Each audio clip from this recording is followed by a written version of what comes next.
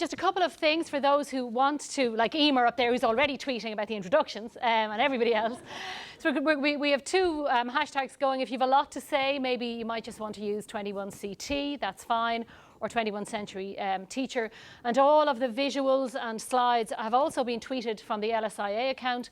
All of the images are Creative Commons or have been published in the newspaper, so there's absolutely no copyright issue. And equally, anything I say will eventually be used in evidence against me. No, anything I say will be available publicly, so please feel free.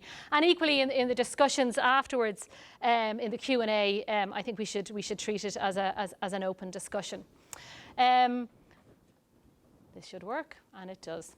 I chose this image. It's not a mistake, and it's not an accident of the software. And I chose the image because I love it. You could spend hours discussing this image with initial teacher education students, with other teachers in a staff room, or even with school students, in fact.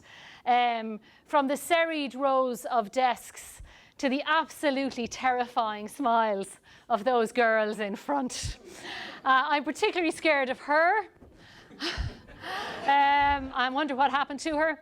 I love the nun at the back with her apparently benign tilt of the head towards the boys, but she is giving them the death stare. You know, clearly, if you move, I will kill you. And the photographer is obviously on a ladder because you can actually see the reflections of the girls glinting in the desks. They were polished to within an inch of their surfaces.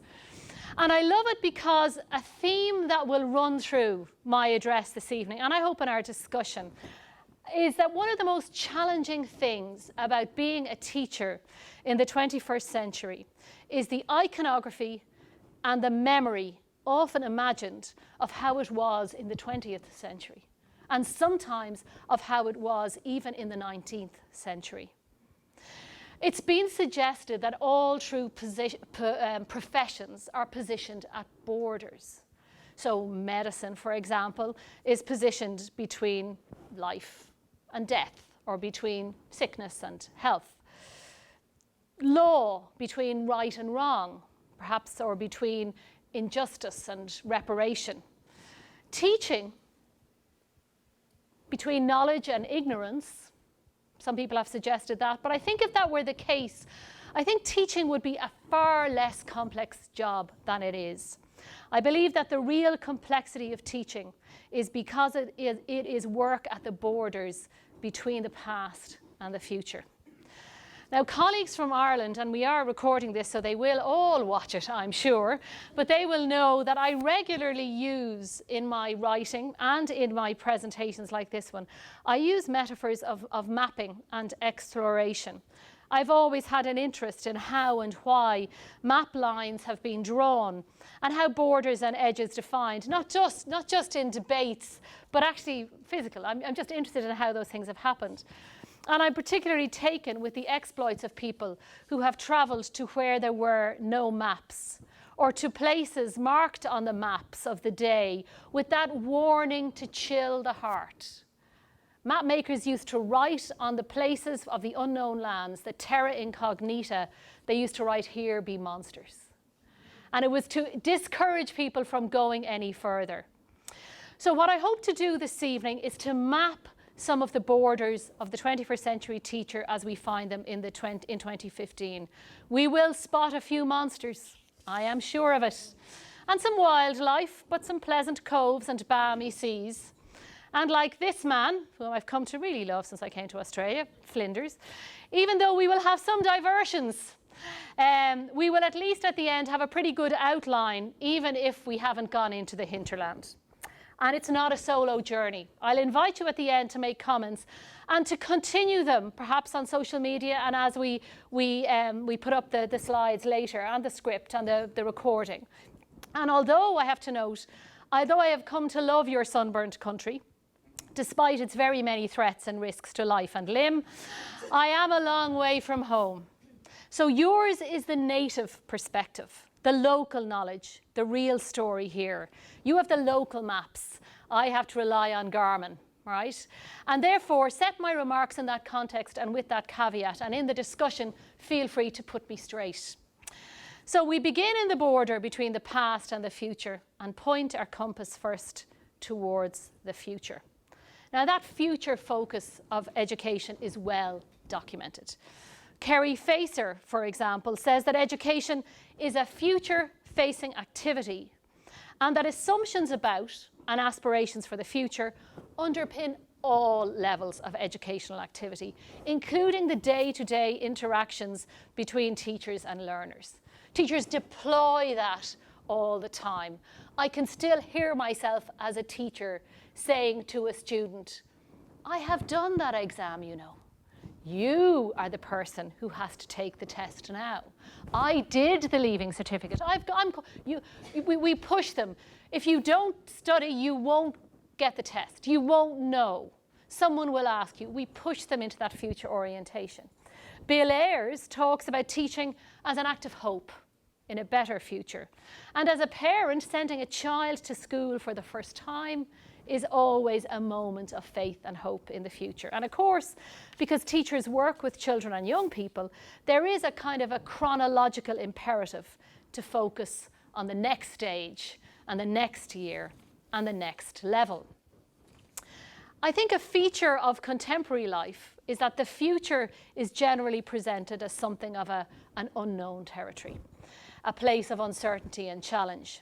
How many times have we heard it said, or indeed said it ourselves to education audiences or on parents' nights, that we're educating the next generation to take up jobs that have yet to be invented or solve problems that we cannot fully imagine. We say that all the time in encouraging people to get involved in education.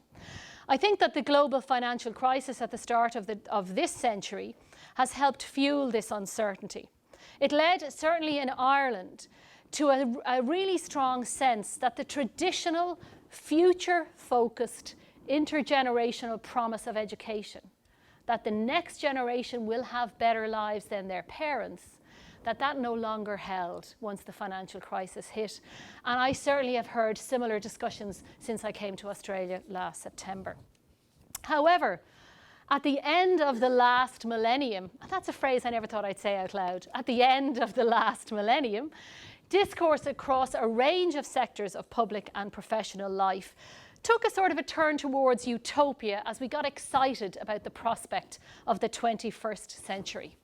And Australia was no different. In a much cited article, Andy Hargreaves reports working with a group of Australian school leaders in 1996 on a vision for what education would be like in 2010. Their draft document, maybe there's somebody here who did that, who knows? Their draft document, he writes, indulged in an ecstasy of celebration about the envisioned end of schooling and teaching as we know it in the next century, in favour of superior processes of and support structures for positive, dynamic kinds of learning. Educational organisations would no longer be called schools, but learning centres, he says. Teachers would, and he's quoting from their document, teachers would be called knowledge navigators. Electronic technology would permit learning to be delivered just in time in customised ways to suit individual needs. Electronic databases and virtual reality would widen and deepen and enliven the nature of learning. Considerable learning could take place at home, but learning centres would offer coaching from facilitators as well as opportunities to network with peers. Children will be organised according to learning age rather than chronological age, and learning would be available to all on a lifelong basis, purchased through education credits in the form of an EduCard that would take long-term learning needs into account. The world of education was coming down with those kind of predictions in the 1990s. And when you hear them and read them now, you actually do remember them and you feel, one, were we that hopeful? 2, were we that optimistic? And 3, were we that naive? But we really were caught up. It was an incredibly optimistic time. And now 5 years on, it sounds like the vision for 2010 was an overreach. But those were not unusual accounts. Our lives were also filled at that time with the 2-column tables of oppositions: old learning, new learning. Fordism, the world of the assembly line. Post-Fordism, how it was all going to be different. Industrial, post-industrial. Modern, postmodern. We had all of those 2 columns. We still use them. Here's one I picked up from just last year from a curriculum bulletin. On the left-hand side, the old way. This was a New Zealand curriculum bulletin. I decided not to pick an Australian one. Just as well, Chris. So knowledge was conceived of something developed and known by experts, which could be passed from teacher to student or manager to worker. That was the old way. And here's the new way. It is no longer possible to predict what knowledge people will need as they move through life. To support their ability to develop new knowledge, learners need to become self-reliant, critical, creative thinkers, to be team players, to learn to use initiative, and to engage in ongoing learning. They abound in everyone's life. And if you're involved in education, you probably have a pre-prepared PowerPoint slide with those 2 columns because we use them all the time. And as the 21st century dawned, and as we moved into the early years, there began to be an urgency about moving from one side of the column to the next. And this urgency was that if our schools, our teachers, and our system was not making this transition, somebody else's was. The imperative to keep up became almost universal at the start of the 21st century. Keep up with other countries, with international practice, with the school next door, with Finland, with technology, with best practice, with next practice, with research. It was a driving force and a constant sense of urgency that can leave everyone involved metaphorically out of breath and even physically exhausted. When a group of teachers at a workshop in Dublin that I was at were asked by a very enthusiastic facilitator from the technology industry what came to mind when they saw the phrase 21st century learning, one remarked that her chief feeling was one of relief that it only had 85 years left. Now, my memory of the start of the 21st century, my memory is one of excitement. I don't know what yours was, but it definitely felt like it was new possibilities. And there was a new era for education and for teachers and their work. Scholars were a little more measured about these possibilities, but also excited by the sense that for developed education systems, this was what Hargreaves called the defining moment of educational history. In his analysis, 3 scenarios were unfolding for teachers and their work in the knowledge society as it was emerging in the early years of the new millennium.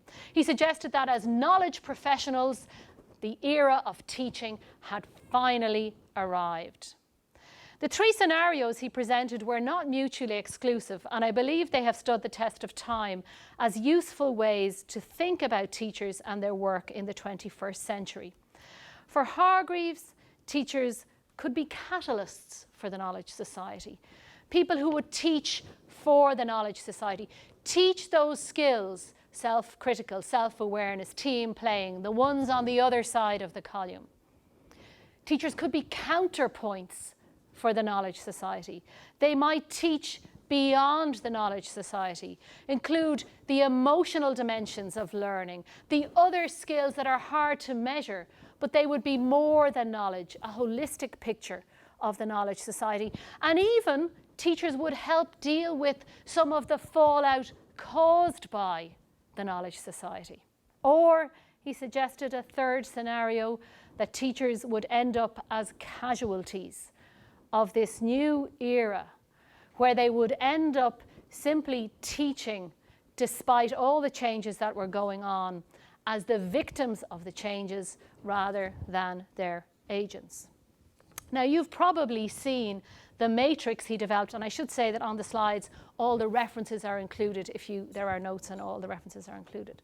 But you've probably seen the matrix he developed. It's a map that I think has certainly stood the test of time.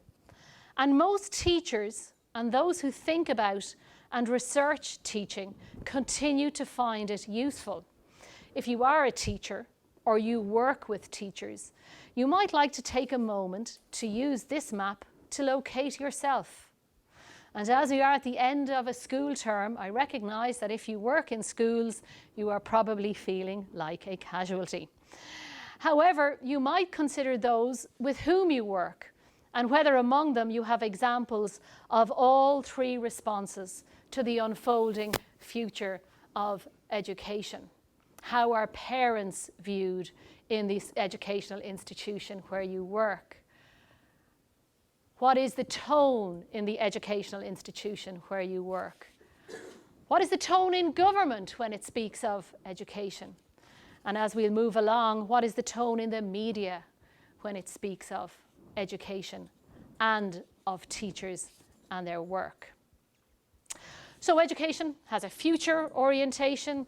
That future is complicated by memories of the past.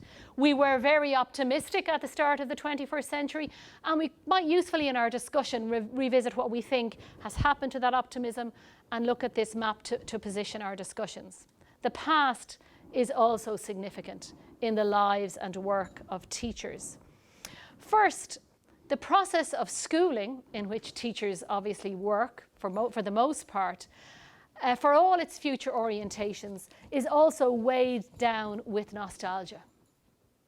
Schooling is weighed down with nostalgia, often for an imagined past, as we've seen in that photograph, of serried rows of well-behaved, silent children and a very hard test on a Friday. That's a very powerful image in the context of Irish education, even now. And with that image comes what a good teacher is and does. And that idea of a good teacher is informed by historical and cultural context. The notion of the village school teacher, for example, so important in countries like mine and in Finland, and actually was reported on in last week's Australian Guardian, in an article called Highly Trained, Respected and Free, Why Finland's Teachers Are Different. Interesting headline, because if they're different, then they're different from the not so highly trained, absolutely not respected and enslaved, but let's not go there. One of the teacher educators interviewed about Finland speaks of how teachers have always been seen as the people who brought civilization to small villages. In Ireland, Emer, a similar situation applied into what were called the hedge schools, and this especially for you, Joy, this is your new Irish word for today. Hedge schools was the English name for them, but in Irish they were known as the Scoilne Scorcha. It means the schools that call you in. And there, educated men ran classrooms, usually in small sheds like this one, or agricultural buildings, and they covered a range of subjects, including Latin and even some Greek, never English, for Irish was the language of instruction. In 1831 in Ireland, a new national school system began to be introduced by the British government with an aim of providing primary education to all children, through the medium of English, of course. Many of the hedge school teachers declined the invitation that was extended to all of them to move to the new national school system. Irish education philosopher Pádraig Hogan, writing of this time, notes, and I think this is a very useful quotation, and we'll come back to it, notes that what the utilitarian primness, I love that phrase, utilitarian primness of the new system feared most of all was the spectre of the teacher as an imaginative adventurer, as a storyteller, and as an accomplice of the seductions of song and verse, of literature and drama. Put that in your teacher standards, right? That you would be an imaginative adventurer. And yes, if you think of your own children and your own dreams for education and why you got involved, what you hope for is that young people will encounter imaginative adventurers. Of particular interest is the fact that Ireland, Scotland, and Finland, that's 3 mentions for Finland, we've hit the regulation now in discussions about education. They all share a tradition of the heroic village schoolmaster. And the 3 of them are unique in Europe and for the most of the English-speaking countries in valuing teaching as a high status profession, and all 3 attract the top tier of school leavers into teaching. In reading some of the work by ACU's own Tanya Aspland on the history of teaching and teacher education in Australia, it seems to me that that cultural archetype does not appear to be as strong. And I think that's something we might have in our discussion later, is that a particular feature of Australian education. And we're getting some grumbles, so that'll be a discussion. As well as this cultural dimension of history, there's a strong personal dimension in how the past shapes teachers and the work. Those of us in the room who are or have been teachers have all had that somewhat disconcerting experience of meeting a past pupil. There is a shared greeting, because usually you don't know who they are, but they know who you are. You develop acute anxiety trying to retrieve a name from the hundreds or even thousands floating around in your teacher memory bank. And this is always followed by the inevitable question they ask you, expressed in a tone of pity. Are you still there? Because they are not. They have moved on, and for them, you are forever trapped in the time when you met them as students, wearing the same clothes and sporting the same haircut. I remember how acutely this was brought home to me when a teacher I'd had right through primary school died, and I was involved in the school union, the past students, and I got a call from somebody saying, you know, Banny Canada, in her Irish name, has passed away, and they said, can you contact a few of her past pupils so that and let them know the funeral arrangements, because her family would love if people could be there. I rang one friend of mine. I said, Deirdre, bit of bad news. Banny Canada died. She said, oh my God, that's terrible. What happened to her? I said, Deirdre, she was 94. But in your mind, you are forever the teacher. In their minds and the minds of past pupils, and in your own mind of your own teacher, until you have your own children and another teacher enters your life. And more often than not, you measure the new teacher against the old one, and the new classrooms against the ones in which they learned, and the new things and the new ways against what it was like in that powerfully evocative place called When I Was at School. And that image of the teacher and their work may be idiopersonal and idiosyncratic, but it is incredibly powerful. It's bound up with stories and memories of childhood, family, friendships, success, failure, rites of passage. Every single person begins a study of teachers' work from the moment they first toddle into a classroom. And they continue to develop that expertise right through the education of their children and their grandchildren. And teaching is unique among the professions for that reason. That's why it's found at the borders between the past and the future. Pam Grossman says, teaching is a complex work that is intentionally designed to look simple. Parents and sometimes policymakers have had ample opportunities to observe classroom teaching. In your role as a parent or a youth leader or an aunt or a scout leader, most people have taught someone something. How to tie their shoelaces, how to tie a knot, how to climb a tree. It's not unusual to hear challenges to the idea that teaching is technically complex. Anybody, I've done it. I could do that. It's not unusual to hear it challenged at a time when teaching is becoming more technically complex and increasingly demanding.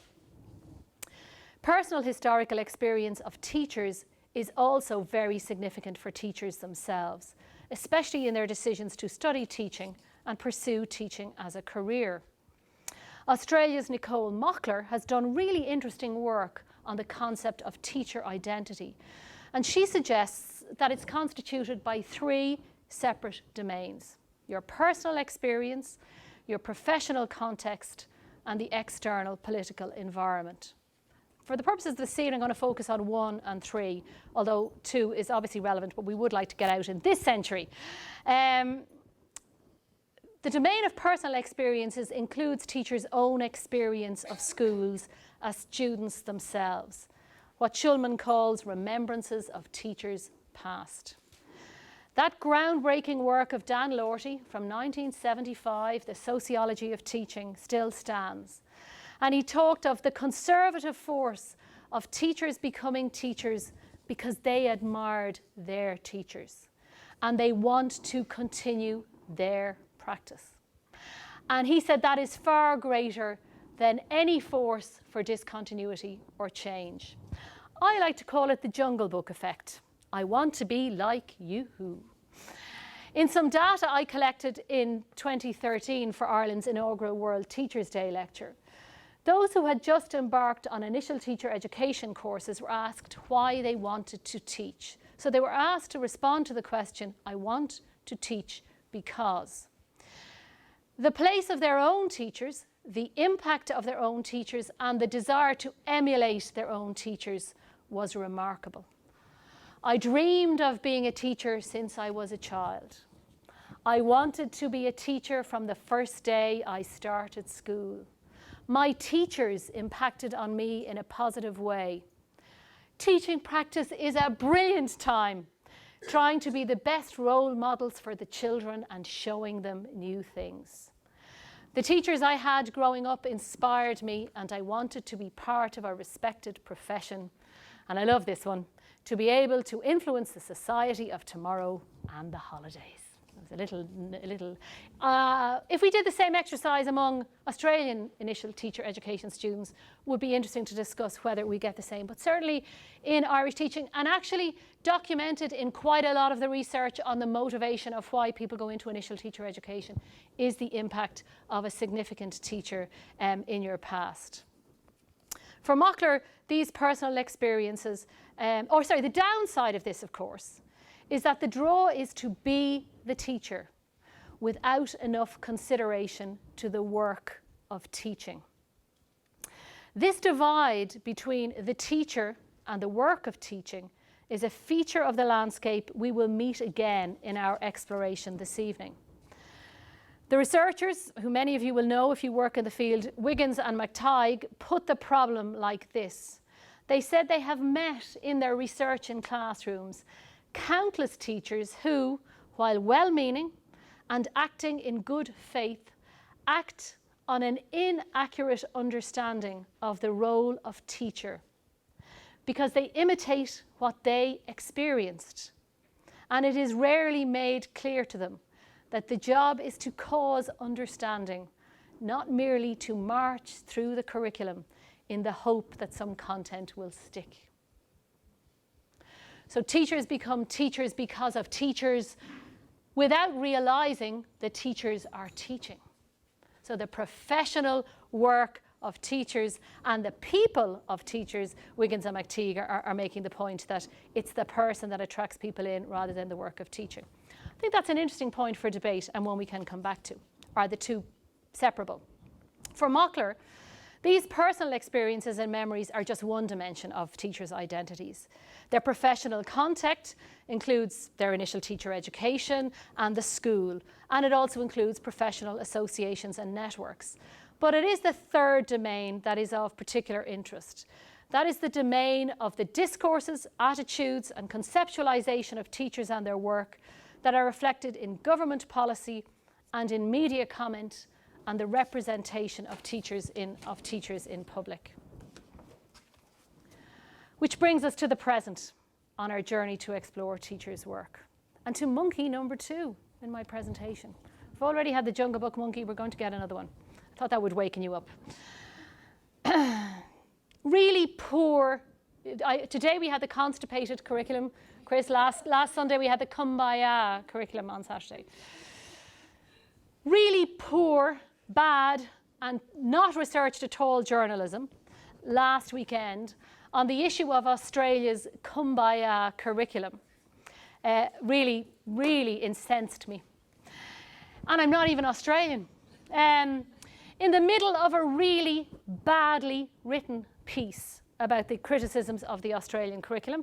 And criticisms, I am, as a head of a curriculum agency, I am always wheeled out to comment on criticisms of the curriculum. And like everybody else, I will say, if we're not criticising it, there's a problem.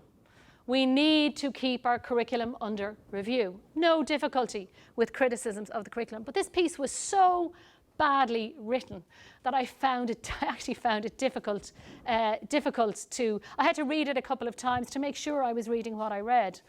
In the middle of a badly written piece about the criticisms of the Australian curriculum by the two independent reviewers, the writers of the piece, not the reviewers, take some of their word space to remind readers that more than 80 teachers in New South Wales were sent to remedial classes for being incompetent last year. And at the end of the piece, also reminded readers that teachers can earn more than $100,000 a year. Thus, reader, you are paying your taxes for overpaid, incompetent teachers to overrun our schools with progressive fads. That was a quote. Kevin Donnelly is attributed an observation that most teachers got their tertiary education during the flower power era, explaining why schools are suffering now, according to these two journalists. But the dead giveaway about the two guys who wrote this piece is a little colour piece they add in about how New South Wales parents are looking for alternatives to the new age Australian school system and finding it in the highly regarded International Baccalaureate. This course is described as demanding, academic and structured, whereas the Australian curriculum is obviously not demanding, unacademic and poorly structured. The two guys, of course, didn't bother to look up anything about the International Baccalaureate, thus ignoring the fact that it is a product of the flower power era. It is the archetypal kumbaya curriculum because it was founded by pacifists coming out of university unrest in 1960s Europe with the express purpose of promoting intercultural understanding and peace between nations. It doesn't get more kumbaya than that. In the final line of their piece, it said, one New South Wales teacher who asked not to be named, always code for my sister, said Australian kids lacked a strong work ethic and were not interested in school. Full stop. So parents, you know, pack your bags, because really the Australian education system is just succumbing to fads and our kids don't want to work anyway. It's not just bad, careless journalism. It is journalism designed to engender lack of trust and a panic in readers. But it is nothing compared to monkey number 2. This particular photograph appeared alongside a piece calling for higher ATAR scores for those entering teacher education, and it was published in the Australian on the 25th of February last. I kept the newspaper, that's actually the fold of it, because I've kept the original piece. The piece was written by a teacher, but presumably sub-edited by the newspaper itself, which also chooses the pictures. And the piece itself was very direct in its language, but I've come to learn that about Australia. You're very direct in your language. But it did refer to the dumb bottom feeders of ATAR scores who were entering teacher education. It was the visual, though, that got me. It was offensive on so many levels, it was difficult to enumerate them all. But in discussions with colleagues here, I discovered not unusual in how teachers are represented in quite a lot of the Australian media. And therefore, what really bothers me, I think, is how teachers are represented to themselves. Andy Hargreaves once remarked that teachers are only as professional as they feel themselves to be. Mockler says teachers' identities are formed by how they see themselves represented. These are two examples, extreme examples, but examples nonetheless of many. And in talking to teachers, researchers and policymakers since I've been in Australia, it's clear that both the quality of educational journalism and the media representation of teachers is a subject of concern in education circles here in Australia. I think concern should be wider than education circles, because the impact of images like this on the 22nd century teachers, on potential teachers, on current teachers, and on those who will invest in and employ the next generation of Australians, taught by the next generation of Australian teachers, I think is potentially of greater significance for Australia than any PISA gain or loss of a couple of places. National media is international media, and these representations of Australian teachers are not just to an Australian audience. They have global reach. I'll get off my soapbox now. But as well as these unofficial representations of teaching, there are, happily, official state-sponsored representations of teachers which have emerged in recent years in codified forms through codes of practice or standards for teaching. And I know many of you will be familiar with these. Typically, these national representations also reflect particular perspectives on teachers and their work, and each one is shaped by policy and cultural contexts. And all are informed by new global attention to teachers and their work in the 21st century. In 2002, the OECD announced a major project on teacher quality, which led to the publication of the 2005 report, Teachers Matter, oh yes they do, Australian media, and it's called for quality teaching to be delivered by competent teachers. Probably the first incarnation globally of that notion of teacher competence. And this is what the OECD said: as the most significant and costly resource in schools, teachers are central to school improvement efforts. Improving the efficiency and equity of schooling depends in large measure on ensuring that competent people want to work as teachers and that their teaching is of high quality and that all students have access to high quality teaching. Note how the text moves us from the cost of the people to the quality of their work. Quality becomes associated with what they do at the end, quality teaching, not who the people are. Again, you get that separation between the person and their work, and that's a notable feature of our journey. Since 2002, a new taxonomy of teaching has emerged, in which the word teaching has been spot welded in policy texts to the word quality. The line from the McKinsey Group that the quality of an education system cannot exceed the quality of its teachers has become the cut and paste phrase for every policy document on teachers, teachers' work and teacher education. So McKinsey began a report by saying the quality of a nation's system cannot exceed the quality of its teachers, and it's used everywhere. I've used it myself. However, we have already learned on our journey around that quality is not an uncontested concept. It can take you in different directions. Remember the debate about Irish hedge schools, utilitarian primness, or imaginative adventurer. Now, perhaps because of the different interpretations of quality and the conflation or confusion of teachers and teaching responses to, perhaps because of the different interpretations of quality, we've had different responses to the articulations of the codes. Some people have been quite positive about the articulation of codes of practice for teachers. There's been some criticism of the language, some suggestion that a detailed mapping of teacher work is seen as a sign of mistrust, an attempt at control, maybe at squeezing out the imaginative adventure or the idiosyncratic. But there's also been a strong recognition that these codes have a number of advantages. First, they offer transparency for people going into teaching. Now you can see what teachers' work is. And certainly eights will also include examples of teachers' work that show people what it is.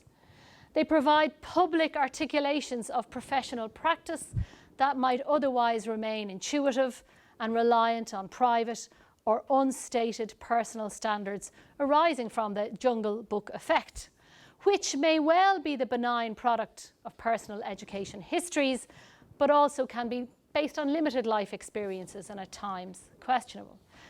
They also provide a common professional language for teachers and other education professionals, and a public and accessible statement of just how hard and complex teachers' work is in the 21st century. They also have another effect. They can protect education against abuses of the charismatic image of the good teacher, where politicians, this is a quote by Connell, just in case you think this is me, where politicians in search of publicity throw untrained youngsters into very difficult teaching situations on the Hollywood principle that natural talent will triumph in the last reel. The Superman teacher who will be taken as a graduate of university and put in without any support. So let's weigh our anchors for the moment and remind ourselves where we've been. Because I am conscious that you've had wine and I hadn't, so we just take a breath. So we've said the 21st century teacher is future-oriented, very much focused on the side of the column that's about tomorrow. At the early start of the millennium, there was huge optimism that a new era of education was coming about, and tremendous optimism that the teacher was going to be the person heralding in the knowledge society. We had Hargreaves' map that maybe it wouldn't all be positive. You could have teachers as catalysts for the knowledge society, as counterpoints, but maybe also as casualties. 21st century teacher is also shaped by powerful personal and historical narratives. The history of the hedge school, the history of teaching in Australia, which you may like to add to the discussions afterwards. Personal narratives of the teachers that I had in the past has shaped me into the teacher I want to be in the future. Unofficial representation of teachers in the media, in pictures and in text, reflect something of what is being called elsewhere a discourse of derision. And we've looked at official representation that can often focus on the work because it's focused on the codes rather than on the people, and those codes have generated a different range of responses. What are we missing so far in our exploration of 21st century teachers and their work? There are lots. I want to take a moment as we navigate that journey around to look to a little bit to the stars and to the role, the bigger picture, and the relationship between education, teachers, and government and state more generally. Because I think that is part of the picture. A description of schooling in the 1970s I always find very powerful, what schools were expected to do. It said schools and teachers have been expected to save children from poverty and destitution, to rebuild countries in the aftermath of war, to develop literacy as a platform for economic survival, to create skilled workers, even when there is no demand for them, to develop tolerance among children in nations where adults are divided by religious and ethnic conflict, to cultivate democratic sentiments in societies that bear the scars of totalitarianism, to keep developed nations economically competitive and help developing ones become so. And that optimistic view of education held up, really, say historians, until the first global financial crisis in the 1970s. That oil crisis, the recession that followed, marked, historians tell us, a very significant change in how education was viewed. Education stopped being the solution and began slowly to be perceived as the problem for shrinking economies and falling populations, especially Western economies with increasing youth unemployment. At the same time, the emergence of new testing technologies encouraged government appetites to measure the scale of the problem, and new international tests in maths and science added to anxieties that some countries were racing ahead while others were languishing behind. Other developments in academic work, particularly in sociological research, were significant because sociologists began to tell us towards the end of the 70s and the 80s that despite everything that governments had done, inequality was continuing to be a problem, and it was growing. And it still continues to grow. And increasingly, teachers and schools became governments' anti-poverty strategies. So that if there was a continuing inequality in society, schools must be the problem. And therefore, targeting schools, targeting teachers, and asking teachers to solve that problem became increasingly the focus of government policies and debates. I'm shrinking mine now because I'm watching the time, because I do want to have time for questions. We want to finish at... Am I fine? Are you sure? So the increasing criticism of teachers and schools was added to by the fact that researchers also developed tools that were able to do multivariate analysis. In other words, we were able to isolate different aspects of education and be able to break down statistics by gender and race. And we discovered that as achievement was moving ahead, the achievement gaps were getting bigger and bigger. Kids who were doing really well out of education, and this is not just an Australian story, were beginning to race ahead, and those who were not doing well in education, who inevitably were the poorer kids, were getting left behind. The consequence of this, obviously, was greater control by others, usually the state, over the work of teachers, and a push for greater accountability by teachers for their work. The degree of the impact of this push is different in different parts of the world. That's something I've learned both from the opportunity to be here in Australia and to be in other parts of the world. In Ireland, for example, professional standards are used to accredit programmes of teacher education and as the basis for a new framework for CPD, but not as an evaluation tool for teachers. In Finland, 4 mentions and 1 over the standard 3. Teachers enjoy high degrees of professional autonomy and public respect without an evaluation framework.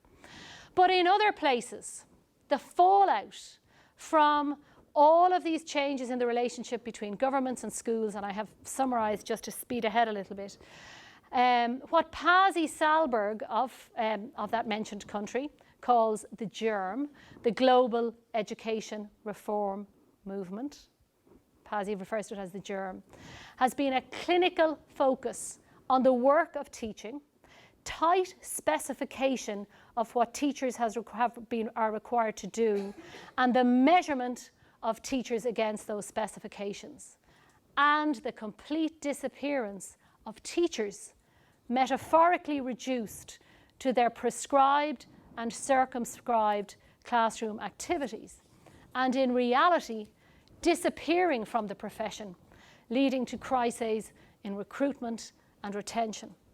In the United States, which many people regard as the home of GERM, there is now a $2.2 billion crisis. 40% of those who take undergraduate teaching degrees never take up a teaching job. The memories of teaching past never get to be the aspirations of teaching futures. Of those who do move into classrooms, 10% leave before the end of the first year, and by the end of 5 years, 50% of those who have started have left. The Global Education Reform Movement, the GERM. Where can we go then? As I'm speeding ahead and losing some of my internal logic, I hope I'm not like Flinders. We will get back to the end at the end. We need a bridge. Where do we go to find a way to connect back teachers and their work? We've seen how in some of the codes the focus is on the work of teachers. We've seen in some of the history the focus was on the persons of teachers. Is there some way in which we can create a bridge that can reconnect teachers and their work? I'm going to suggest 2 solutions, but in summary. One is the reviews of initial teacher education across the globe have, for the most part, gone some way towards reconnecting teachers and their work.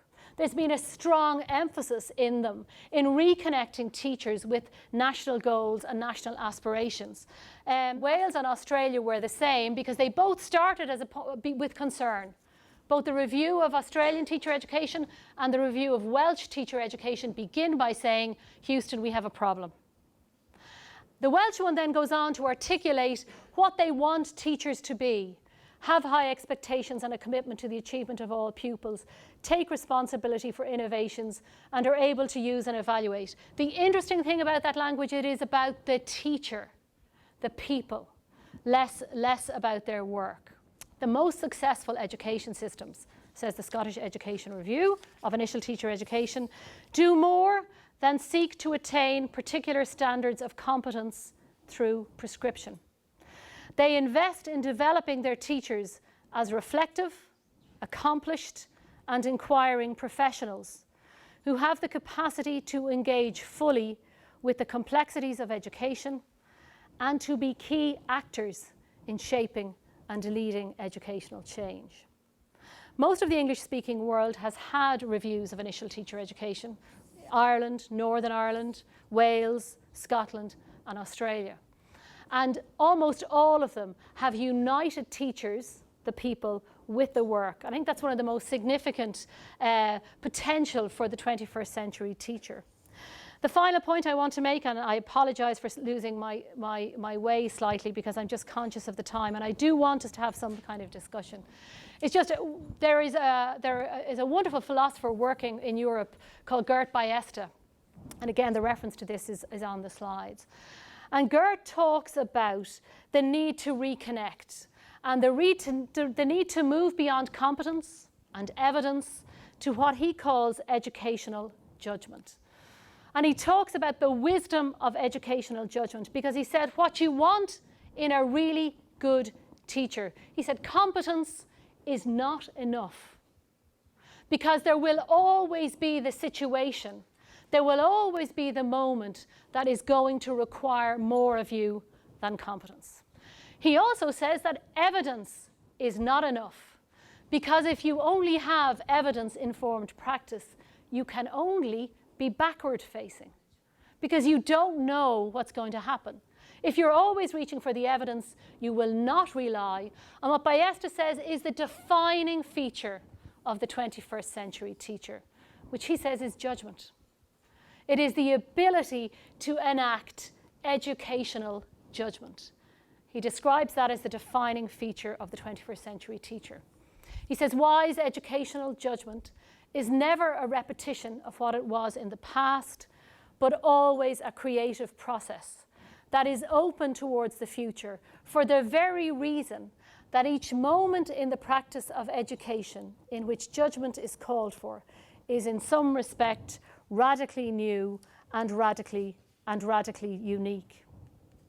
If we recognize this educational judgment as being at the heart of educational process and practices, then we need teacher education that is neither oriented towards evidence nor towards competence, but towards the promotion of educational wisdom. Our journey has taken us a long way, and towards the end we hit some choppy waters there as I ran up against the clock, so apologies for that. We've looked at the past and future. We've looked at the construction of teachers and their work in codes, and a little bit in the reviews of initial teacher education. And if you have time to look at the slides, you'll see how that is. They're familiar to you as well. So finally, we've looked at the need to bridge the teacher and their work again, because I believe that somewhere along the way, they get lost. They become separate. And we want our teachers, we require our teachers in the future to have that kind of educational wisdom, because we need them to be both rooted in the past and in the future. And that requires a very particular kind of educational judgment. I think our children deserve nothing less, our teachers deserve nothing less, and it's no accident that I decided to put that graphic at the back to remind perhaps the general public that they too, and the media, deserve nothing less than the educationally wise 21st century teacher. Thank you very much.